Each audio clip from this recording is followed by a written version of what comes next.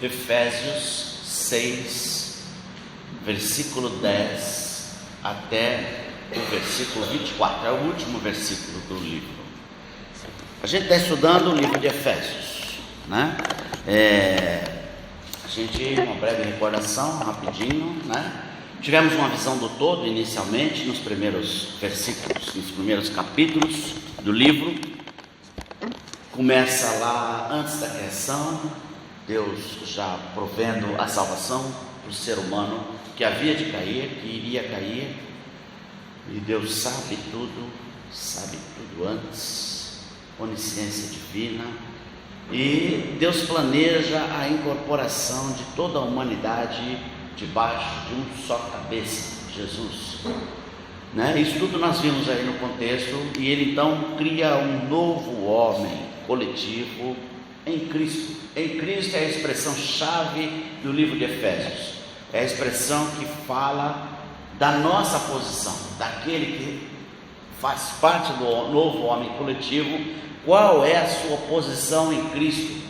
Mas não fala só isso, fala também de uma vivência, de uma experiência vivida por aquele que recebe Jesus, uma experiência mística da presença de Deus na nossa vida.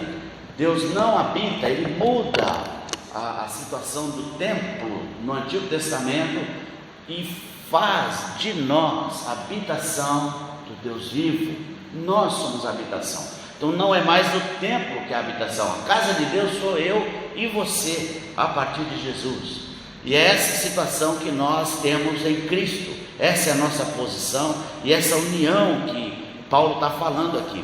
Paulo passa a ser o apóstolo dos gentios, por ele então ter visto, enxergado, tido a visão desse mistério que não havia sido revelado, mas agora em Jesus foi revelado sobre a habitação de Deus no homem. É Deus conosco, Emmanuel, vivendo na nossa vida através do Espírito de Deus.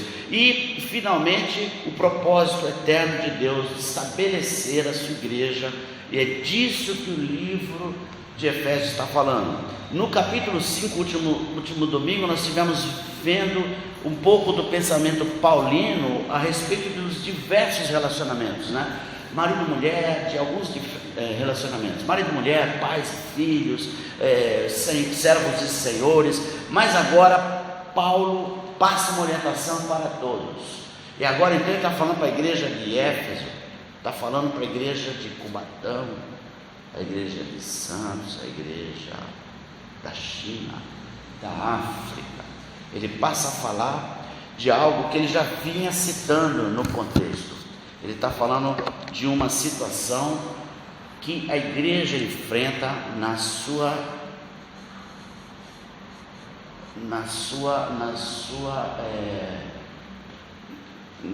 vida na terra. Esse novo homem coletivo enfrenta algo que é preciso ser citado por Paulo aqui. A igreja enfrenta algo que é preciso ser citado. Ele vai falar aqui de uma batalha espiritual que se desencadeia no contexto da vida humana, através da igreja. Ele vai começar a falar aqui quando as hostes malignas em guerra contra o nosso Deus e a gente no meio. Nós estamos na fronteira, enfrentando esse contexto. Nós estamos na fronteira, nós como igreja, revestidos agora de uma posição nas regiões celestes, juntamente com Cristo nas regiões celestes. Nós é que estamos aqui para enfrentar essa batalha espiritual com seres espirituais. Ele começa falando assim, no capítulo 6, versículo 10, ele começa falando assim: quanto ao mais, sede fortalecidos no Senhor e na força do seu poder, revesti-vos de toda a armadura de Deus, para poderdes ficar firmes contra as ciladas do diabo. Porque a nossa luta não é contra carne e sangue, e sim contra principados e potestades, contra os dominadores desse mundo tenebroso, contra as forças espirituais do mal nas regiões celestes. Portanto, tomai de toda a armadura de Deus, para que possais resistir no dia mau, e depois de terdes vencido tudo, permanecer inabaláveis. Aqui Paulo está falando com uma igreja, e ele começa a colocar qual é a nossa principal como igreja deficiência: acharmos que nós temos força, que nós é que somos os tais. Eu me acho capacitado, eu me acho, e por me achar eu me independo de Deus. Ele começa falando o seguinte: olha, quanto ao mais, os relacionamentos e tudo mais, aquela situação de, quanto ao mais é todo o resto. Nós estamos falando da vida da igreja na terra. Sejam fortalecidos no Senhor. Você só é forte quando está na dependência de Deus. Eu só sou forte atuando na dependência de Deus. E para esse contexto que Paulo vai citar agora, ele está falando que você precisa se fortalecer na pessoa de Deus e na força do seu poder. Nós estamos falando de seres criados por Deus, que foram originalmente criados acima de nós. Com a vinda de Jesus, fomos adotados. É uma condição diferente. Fomos adotados como filhos de Deus. Dentro desse contexto da nossa posição de santidade diante de Deus, dentro desse contexto de nós estarmos agora inseridos em um novo homem coletivo, onde não existem mais barreiras raciais, de classe social, de coisa nenhuma, de gênero, de sexo, homens e mulheres, de raças, de negro, branco, índio, não tem mais isso. Agora nós estamos dentro de um contexto, além de tudo isso, nós estamos nas regiões, fomos colocados nas regiões celestes, porque é ali que a batalha se trava. Alguns historiadores acreditam, alguns estudiosos das escrituras acreditam que existem sim potestades dominando regiões mundiais. Essa é uma teoria. E que esses demônios, essas entidades do mal, espirituais do mal, têm domínio e exercem um domínio cruel sobre as pessoas nessa região. Surge a igreja, cujas portas do inferno não prevalecerão contra ela, para que possa proclamar a salvação de Cristo Jesus. Então, sede fortalecidos, porque essa batalha não é fácil. E ele fala: olha, toda a armadura de Deus, mais uma vez, não está em você a força para enfrentar isso, na sua pessoa, mas na pessoa de Jesus, na qual você está posicionado. E às vezes a nossa posição de arrogância, de orgulho, de independência, aquele sentimento do homem, do velho homem, né? Que a gente não deve ser mais, fomos orientados por Paulo, não andar mais como andávamos, como andam os gentios. Às vezes a gente se acha e entende que a gente deve guerrear, está tudo certo e assim. Essa armadura de Deus é de Deus. E ele usa aqui a armadura como um símbolo, uma forma de mostrar como é que Deus te protege numa guerra, né? Por que isso é importante a gente citar? Porque a Bíblia fala, né? Aquele que está de pé, veja que não caia, mas aquele que pensa estar de pé, veja que não caia. Você pensa que você está de pé, veja que não caia. Então, todo cuidado é pouco nesse contexto de guerra. Teve eu apresentei com alguns irmãos que foram lá para a igreja de Santos, a Dona Cida, né? Dona Cida é uma senhorinha assim, ela tem agora uns 87, eu estou chutando, eu não lembro exatamente, ela é bem idosa, né? E um dia, falando na igreja, ela compartilhou né, uma coisa que eu parei para pensar, né? Eu falei, já pensado nisso. A gente às vezes atua com o que está na boa. Nós estamos na boa, né? Porque temos Jesus. Mas nós estamos em guerra. Sabe quem está na boa mesmo é Paulo, não é Pedro. Os cristãos da reforma, os crentes da história passada, aqueles que já partiram estão com o Senhor. Eu e você estamos em guerra. E você sabe qual é o contexto de uma guerra, né? Eu treinei para isso, né? Eu sou oficial do exército, sou tenente da reserva do exército. A gente treinou para isso. Então todo o nosso treinamento foi para um contexto de guerra, embora a gente estava em um contexto de paz. Na guerra é muito pior que o treinamento, né? E, por exemplo, uma das coisas que a gente aprendeu é que você não se separe do seu fuzil, de infantaria, oficial de infantaria. Não se separe do seu fuzil. E como é que isso acontecia? Na hora de comer, o pessoal colocava o fuzil assim no chão, você dava para comer no mato, né? Aí vinha o instrutor, pegava a terra assim e jogava em cima do fuzil.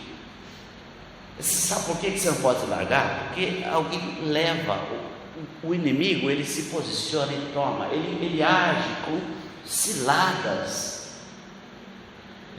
Eu creio que a guerra humana é bem uma coisa que dá para a gente visualizar o que pode acontecer quando a gente não vigia e não ora. A gente entra em cilada, né? No mundo espiritual, na guerra espiritual, né? E jogava a terra assim, sabe por que isso aqui? Agora você vai ter que limpar, lavar com querosene, com gasolina, tirar toda a terra que está ali dentro, porque senão você dá o primeiro tiro e trava tudo, você não vai dar mais um tiro sequer, por conta dessa. Você não pode largar aqui na terra, se suja, e você precisar usar arma, né? Ou alguém vem e te rouba o armamento, você entende? Então nós estamos falando de um contexto de guerra, nós estamos em guerra, né? E o que está, às vezes a dona Cida falou, ela falou, gente, mas nós enquanto vivemos estamos em guerra. Ela falou isso uma vez e me fez parar para pensar, é verdade. E aí me vem à cabeça, né, o contexto de uma guerra, né? Nós desconhecemos o inimigo, precisamos conhecê-lo. Ele trabalha com ciladas.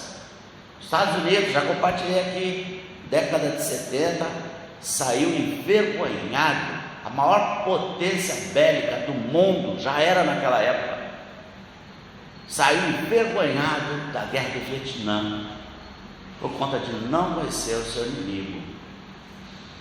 Então nós não estamos aqui, a Bíblia não está aqui falando, porque isso é como ir para a praia. Ir para a praia é legal, né? Ontem fez um dia legal para pegar uma praia. Graças a Deus a gente pôde ir um períodozinho e lá. Já não ia à praia há mais de um ano. E como também estou sem férias aí há mais de ano. Mas a gente pode ir lá na praia, é uma delícia, né? Você relaxa, você esquenta a cabeça, você apaga tudo da mente. Mas nós não estamos no contexto de praia durante a nossa vida. Nós estamos em guerra. E ciladas são armadas. E a nossa luta não é contra sangue e carne, não é contra pessoas. Quando a gente entender isso, a gente não briga com o irmão, porque ele vai votar no candidato diferente de mim. Quando a gente entende que a nossa luta não é contra pessoas, pelo contrário, o que Jesus nos coloca como missão são as pessoas. Eu preciso alcançá-las para Cristo, né? Mas quando a gente entende isso, a gente não briga por qualquer coisa, não entra em conflito por nada. Nossa luta não é contra sangue e carne, não é contra pessoas, Pelo contrário, elas são o nosso alvo, são nossa missão, são nossos objetivos. Jesus morreu por mim, mas morreu por eles também. Pessoas, é por isso que ele veio em carne, ele veio como homem, e na sua vinda não tem salvação para demônios, para espíritos malignos, não tem salvação, mas tem salvação para mim e para você. Ele veio buscar a mim e a você, e a quem mais está por aí. Então isso é muito importante a gente distinguir, para não entrarmos em conflito entre nós mesmos, porque isso foi abolido na carne em Jesus. Agora, nós somos sim contra os principados e potestades. A nossa luta é contra principados e potestades que dominam, que causam a miséria no meio da população, que causam o sofrimento das pessoas, das mulheres, que incentivam a ganância de alguns em detrimento de outros. É contra isso que a gente está, contra os principados e potestades, os dominadores desse mundo tenebroso, que alguns estudiosos entendem que estão distribuídos geograficamente sobre a terra, com única intenção de roubar, matar e destruir, porque eles andam segundo o dogma do seu rei, do seu imperador do mal, Satanás. Então, forças espirituais do mal nas regiões celestes. Você percebe? Isso não é uma guerra fácil. Nós precisamos estar vestidos da armadura de Deus, por causa do dia mau. Vai ter dia que na nossa fronteira vão estar os valentes, né? Vai estar o pior lugar da guerra. Vai chegar momento que para você vai ser difícil, e você precisa resistir o dia mau, para então, tendo vencido tudo, permanecer inabaláveis. Paulo, Pedro, está como eles e tantos outros irmãos que partiram. Mas tu vai ter que enfrentar o dia mau, e para isso você precisa da armadura de Deus. É isso que o texto está falando, é isso que Paulo está falando. Você precisa de uma armadura que Deus te proveu para você encarar o dia mau, porque você vai pegar valente na fronteira, e aí, meu amigo, não é brincadeira. No pior da batalha, alguns dias você vai estar no pior lugar onde você poderia estar. Não sei, pode ser lá no seu trabalho, pode ser dentro da sua casa. Você vai enfrentar forças malignas tentando destruir você. Entende isso? Levando você a um pensamento destrutivo, a um suicídio. Você tem que resistir o dia mau. Então seja fortalecido do Senhor e na força do seu poder, e usa a armadura de Deus que Ele vai colocando. O diabo, ele ataca com ciladas, ele dissimula. É por isso que é problema a gente tem que saber lidar, porque uma dissimulação a gente não distingue. Eu preciso crescer em conhecimento de Deus. Crescer no conhecimento de Deus é ter um relacionamento íntimo com Ele, né? A gente se conhece, eu e a Conceição, muito bem. Então ela sabe como eu reajo, eu sei como ela reage, as coisas, como a gente... por quê? Por causa de um conhecimento, há muitos anos andando juntos. Da mesma forma é a gente com Deus, é a igreja com o Senhor, é a igreja com Cristo. Lembra que o relacionamento que ele fala é conjugal, marido e mulher, as mulheres sejam submissas. A gente explicou sobre essa questão de que a submissão é a missão debaixo da missão do homem na criação da família, no contexto familiar. Então é exatamente a igreja submissa a Cristo. É disso, esse mistério é interessante, mas eu estou falando de Cristo e igreja, que nós precisamos estar submissos a Cristo, porque nós vamos enfrentar dia mal, nós vamos enfrentar cilada, tá certo? Quando você pensou que não, caiu numa cilada, você nem estava prestando atenção, deixou de vigiar. Então, por isso, se primeira arma da armadura de Deus, cingindo-vos com a verdade, estai, pois, firmes, cingindo-vos com a verdade. No versículo, tomai toda a armadura de Deus, estai, pois, firmes, cingindo-vos com a verdade. No versículo 14, a primeira coisa que ele fala, então, é algo que ele já falou, lembra, um pouquinho antes em Efésios, no capítulo 4, 17, deixando a mentira, fale cada um a verdade. Aqui ele fala de uma coisa muito mais ampla, ele fala: se vista com a verdade, nada de representar, gente, nada de representar, é viver a verdade, deixa a mentira e fala a verdade, porque a mentira, ela é obra de quem?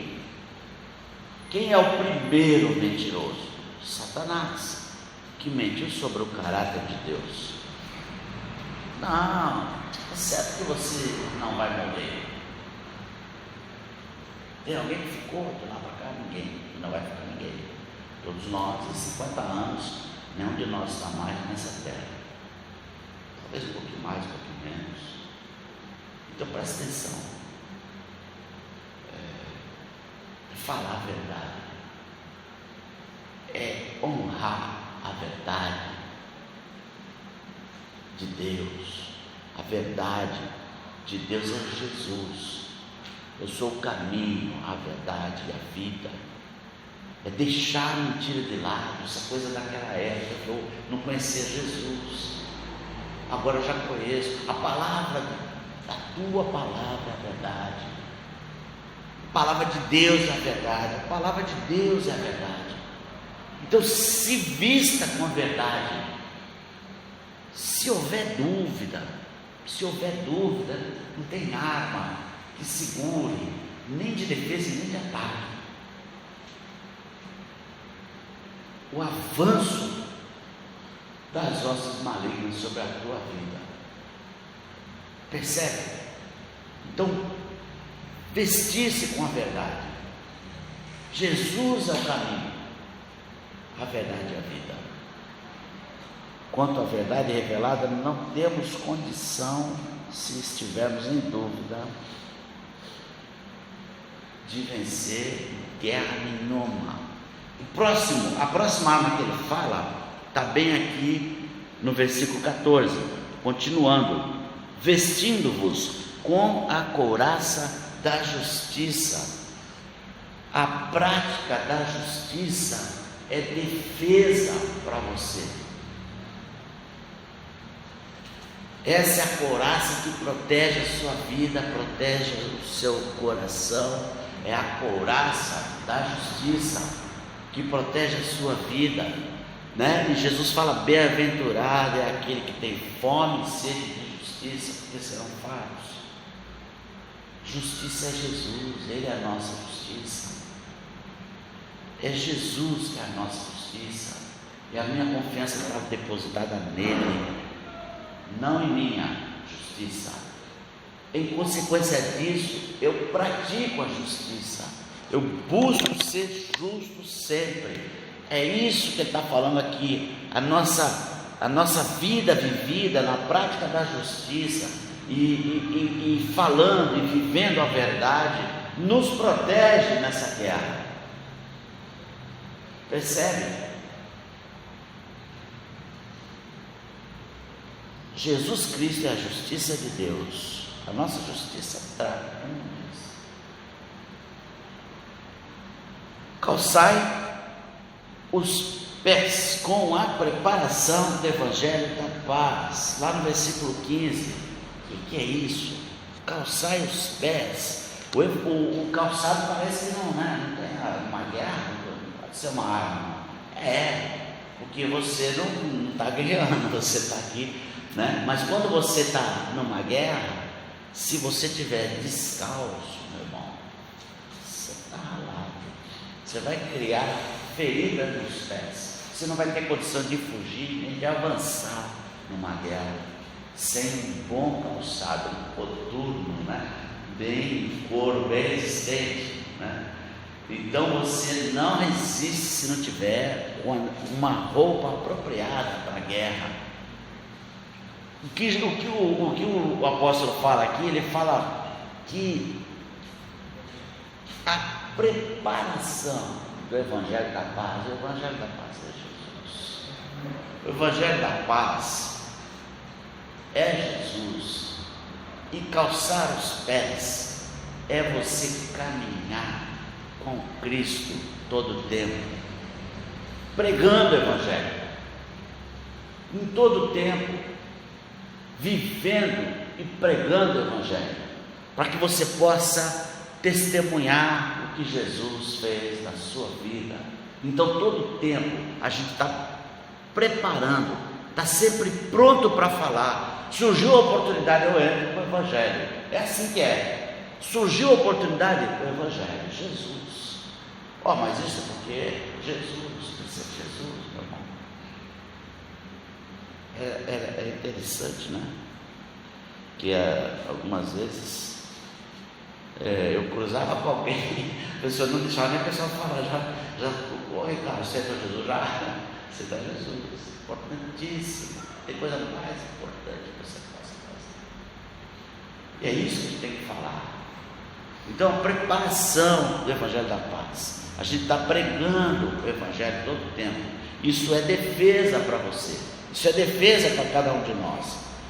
O escudo da fé é o próximo. Está lá no 16. Embraçando sempre o escudo da fé, com o qual podereis apagar todos os dardos inflamados do maligno. A fé que vence o mundo. Esse é o escudo que nos protege dos dardos do maligno. Olha só, a fé é crermos em Deus, é crermos na sua palavra, é crermos em Jesus. É isso que nos defende. É uma arma de defesa, um escudo. Eu estou abraçando a fé. Com isso, eu não recebo os ataques diretamente. Então, os dardos inflamados do maligno, é o que ele fala aí, né? Com a fé, nós poderemos apagar os dardos inflamados. Eles mandam. Eles mandam os dardos. Tem um pernilongo aqui que está. Eu estou parado, eu estou exposto, né? Então, e aí, a fé é isso, gente. Eu preciso crer no Senhor. Com isso, não importa o que aconteça, Ele é o Senhor. Entende? Você ter fé faz diferença. Você crer em Jesus faz diferença. Exercita a sua fé, desenvolve a sua fé. Desenvolvimento para a salvação necessário. Um desenvolvimento que nós precisamos ter da nossa salvação, com temor e tremor. Está lá em Pedro, que a gente precisa desenvolver, e o desenvolver é a nossa vivência com o Senhor.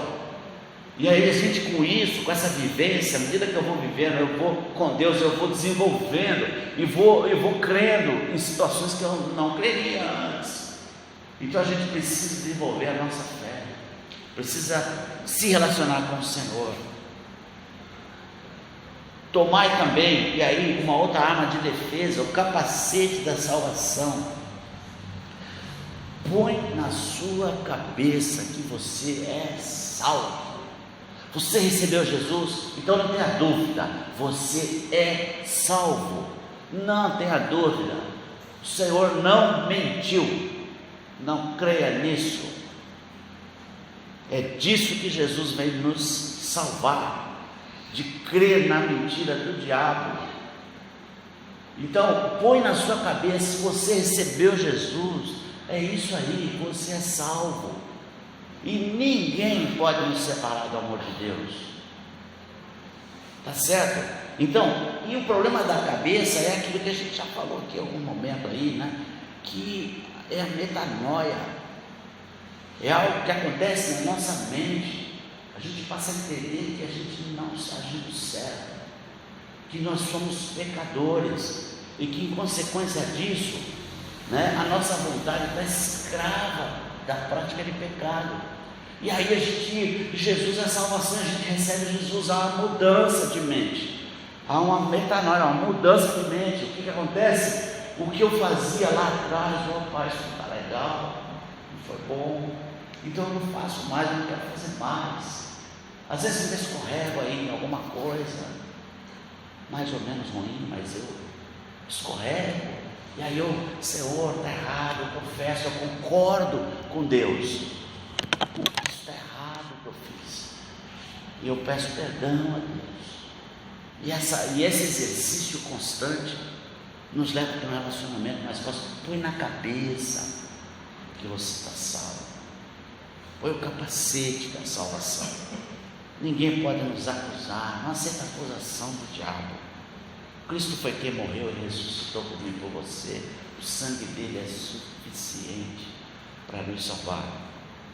E o último, a espada do Espírito, ele está falando de uma arma de ataque, que é a palavra de Deus.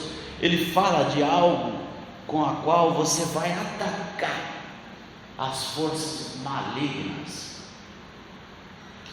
A espada do Espírito é a palavra de Deus, é a mesma com a qual Jesus contra-atacou Satanás na tentação.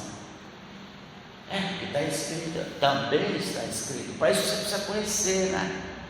Você não lê as Escrituras, você não estuda as Escrituras, não faz meditação. Se você não estudar a palavra de Deus, você não tem espada, meu irmão. Você não tem como se defender, você vai ser decolado na mão das hostes, porque eles não vão poupar, eles não poupam idosos, não poupam criancinhas. A luta não é brincadeira, nós estamos em guerra. Eu quero que você saia daqui pensando sobre isso. Você está em guerra, e quem está em jogo é a sua vida. É a sua vida. E a armadura está colocada à tua disposição, para que você consiga, depois de vencer tudo, permanecer inabalável. Então ele fala assim, ele vai seguindo na sequência, agora já não mais falando da armadura.